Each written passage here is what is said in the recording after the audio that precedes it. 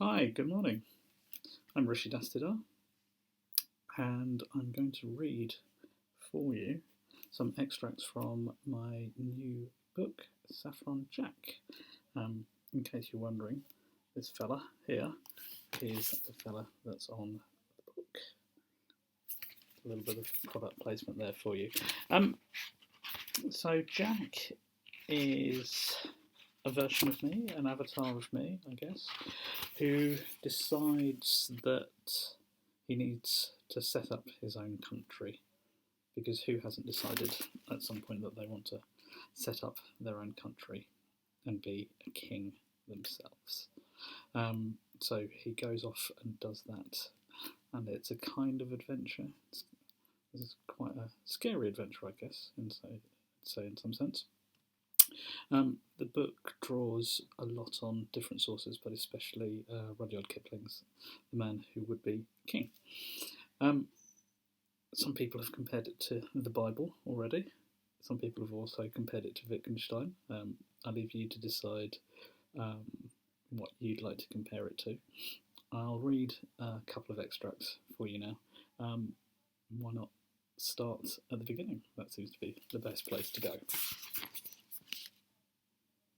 1. You polish it every night. 1.1. No, not that. 1.2. The crown. 1.2.1. Every night. 2. It's the only way. 2.1. A bit of spit and whatever is to hand. Sometimes just your hand. 2.1.1. What you are wearing. 2.2. It seems to do the trick. 3. Even at the end, you must maintain appearances, the trappings of office. 3.1. Otherwise, what do you have left? 3.2. Yes, it is only symbolic. 3.2.1. Yes, you are only symbolic. 3.3. But it is what is left, what you have left. 3.4. And they're not taking that away. Not now. 3.5. Not yet. 4. You didn't think it would end like this. 4.1. But then no one ever does. 4.1.1. Divine rights and inviolate. 4.2. You get used to being told the position you hold is immortal. 5. By sleight of mind, you come to believe the same. 5.1. That you are immortal. 5.2. Because position and person are one and the same. 5.2.1. As vested in you, represented by you. 6. So they cannot ever touch you, no matter the screw-ups you make. 6.1. Because they are not mistakes. 6.2. They are whimsical unpredictabilities with a happy effect, keeping consort and court, mistresses and subjects on their toes. 6.3. It is not that you are never wrong. Who possesses the temerity or sheer bad manners to whisper that to you? 6.3.1. To your face. 6.4. No matter the pattern of choices, some sort of internal coherency can always be found. 6.5. A chain of logic that is clear and followable. 6.5.1. Even if followable isn't a word. 6.6. Even if it is irrational to the outside eye. 6.7. Even if it is rational. 6.8. Because what does the outside eye know? 6.9. Blinded by the gilded edges of the caravan. 6.10. always confusing the trappings for substance. 7. Not that the trappings are not substantial. 7.1. Or not necessary. 7.1.1. They are a feint, a distraction. 7.1.2. Be dazzled enough by the shiny shiny. You won't ask why everything is only being held by a few paces of tape and string. 7.2. Though someone comes along one day and says, 7.2.1, look, I can see some rust. 8. And then it's all over. 9. Not immediately. 10. You keep the motions of the pretense up. 10.1. Blinding the rust spotters, the string cutters, the tape slicers. 10.2. Silencing those who say the rust spotters, the string cutters, the tape slicers should have their say and keep saying it. 10.3.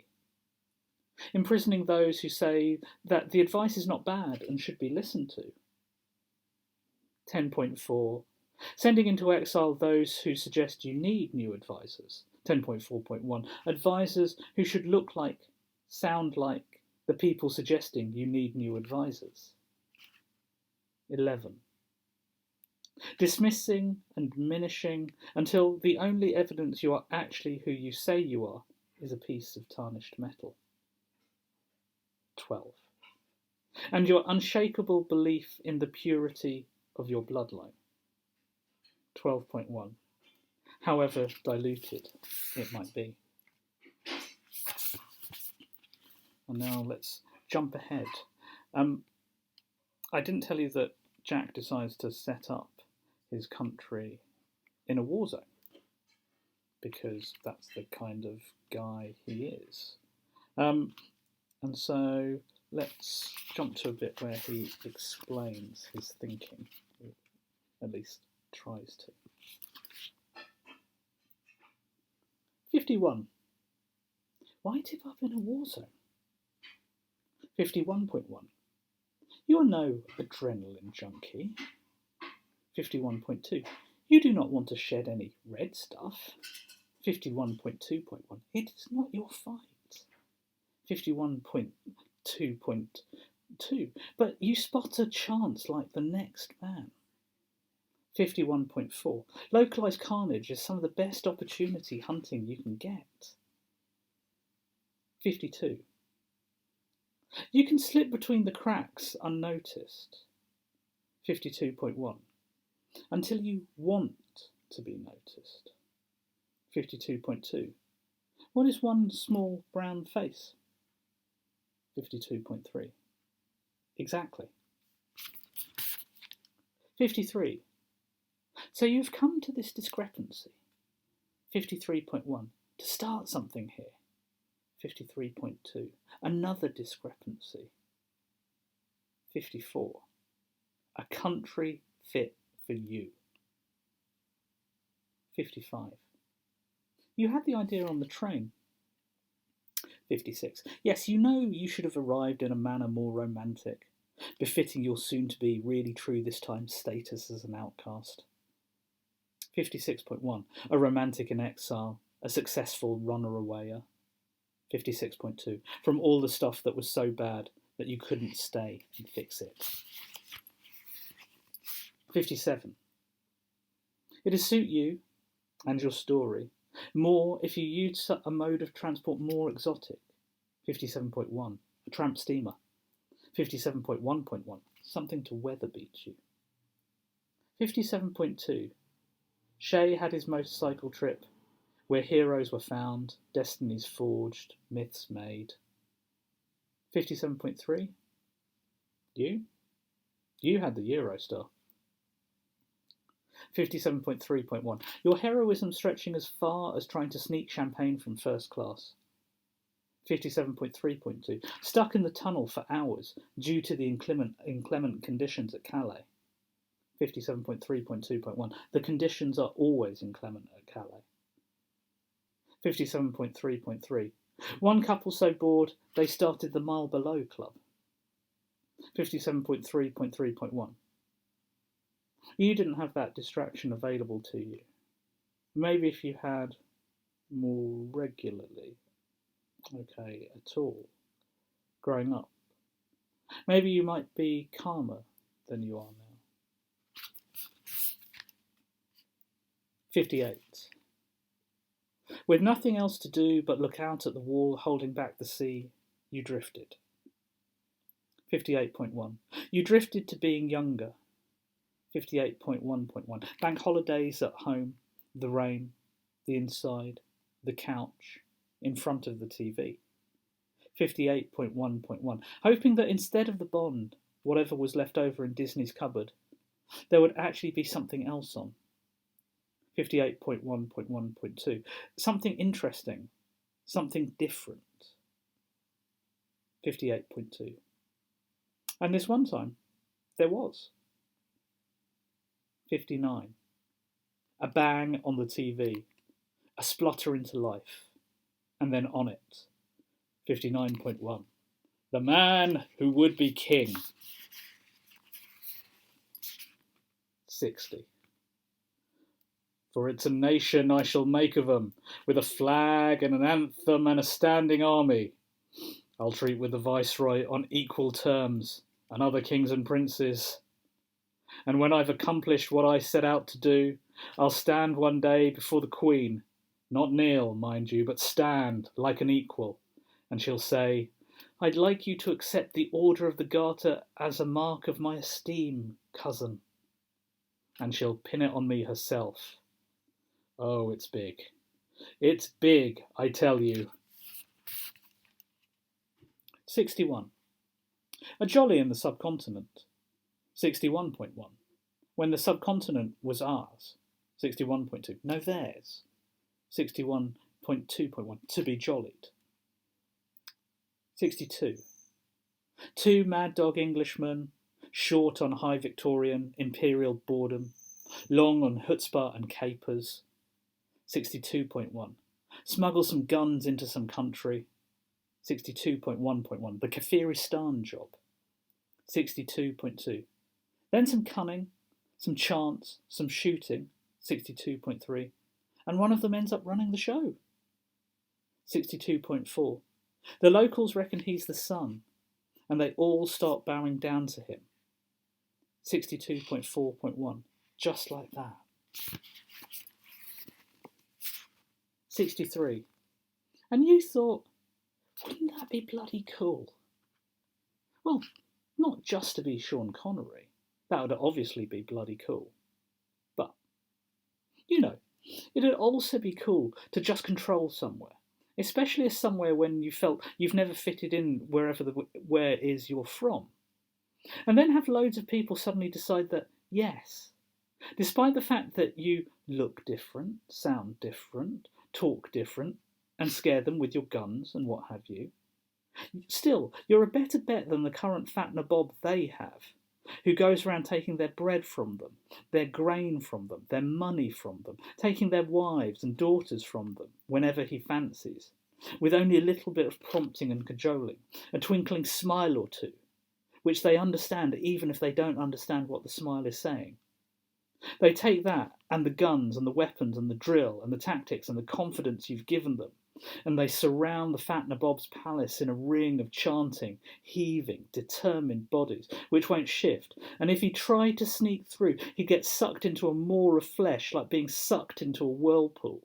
So the nabob's got no other choice but to give in, and throw his hands up, throw his crown up, his queen up, and when he looks round at who to give them to, so he isn't torn into pieces the size of stamps with his fat head on them, and the crowd are growling and shuffling and getting ready to start pitching sharp things at him. It's only when he looks at you with the crown in one hand and imploring gesture being made by the other, And his eyes are watery and pleading and hopeful and hopeless and scared. And the crowd suddenly hush as they see where he's looking. And you suddenly feel your arm lifting and your hand reaching out. And you gently trace the band of the crown once round to make sure it is real. And then you close the whole of your hand around it and you snatch it with a jerk and look at it in the same way you looked at her when she slowly undressed that night in your room. And then before anyone can do anything, take anything away, you put the crown on your head, pretending you are not being reverential, but you are a bit, trying to be that cocky and cool person that all the people down there have been inspired by and now should be slightly scared of. And then there's this moment of pure, utter silence. Like you get at 4 a.m. when everything is still or dead, and then you're almost blown back by this gust or noise, this rush of love and fear and hope and expectations and dreams, all in this one blast, this expansion of emotion. 64. Yeah, that'd be cool. 64.1. Yeah, that'd be fucking cool. Thank you.